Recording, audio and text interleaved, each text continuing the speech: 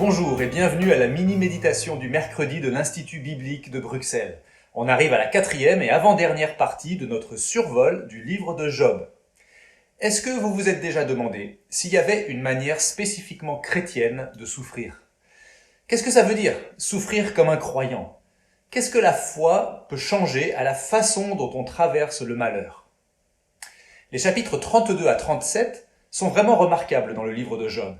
Il nous rapporte 4 discours d'une seule personne. Cette personne s'appelle Elihu et il apparaît très soudainement dans l'histoire pour réagir à la fois aux accusateurs de Job qui font fausse route, mais aussi à Job qui s'efforce tellement de défendre sa propre intégrité qu'il en vient à sous-entendre que peut-être que Dieu n'est pas en train d'agir selon la justice. Et à travers ces 4 discours, Elihu va tout simplement faire comprendre à Job qu'il doit faire attention. Quand on souffre, on peut être tenté de concentrer toute notre attention sur nous-mêmes et sur ce qui nous arrive. Et bien sûr, on l'a dit, il y a une place pour la complainte. Mais au-delà de la complainte sincère, il y a une manière de souffrir dans la foi, qui consiste à détourner nos regards de nous-mêmes et à les porter vers Dieu. Mes amis, souffrir comme un croyant, ça consiste à souffrir en réfléchissant à qui est Dieu et à comment il agit. Voici par exemple ce que dit Elihu au chapitre 36, les versets 22 à 26. Dieu se montre sublime par sa force. Qui saurait enseigner comme lui? Qui lui prescrit ses voies? Qui peut dire tu as commis une iniquité? Souviens-toi d'exalter son œuvre, que les hommes célèbrent dans leurs chants. Tout être humain la contemple, tout homme la voit de loin. Dieu est grand, mais nous ne savons pas le reconnaître. Le nombre de ses années est insondable.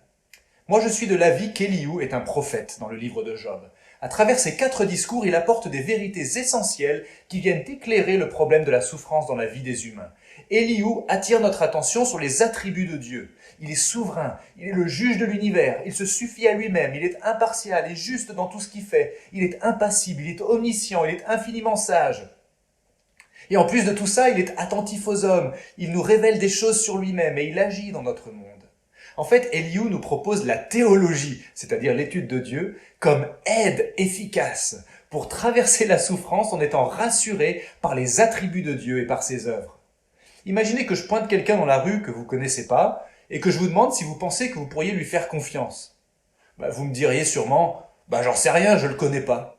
De la même façon, si on a de la peine à faire confiance à Dieu dans nos souffrances, c'est bien souvent parce qu'on ne le connaît pas assez.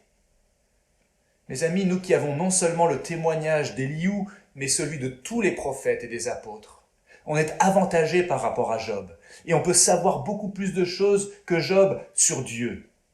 On peut savoir surtout que notre grand Dieu s'est approché de nous par Jésus-Christ et qu'il a connu nos souffrances et qu'il a porté nos péchés sur la croix pour nous en délivrer et pour nous offrir l'espérance de la consolation et de la vie éternelle. Quand on souffre, ouvrons la Bible, allons à l'église, partageons nos peines avec nos amis chrétiens et ensemble méditons sur les merveilles de Dieu.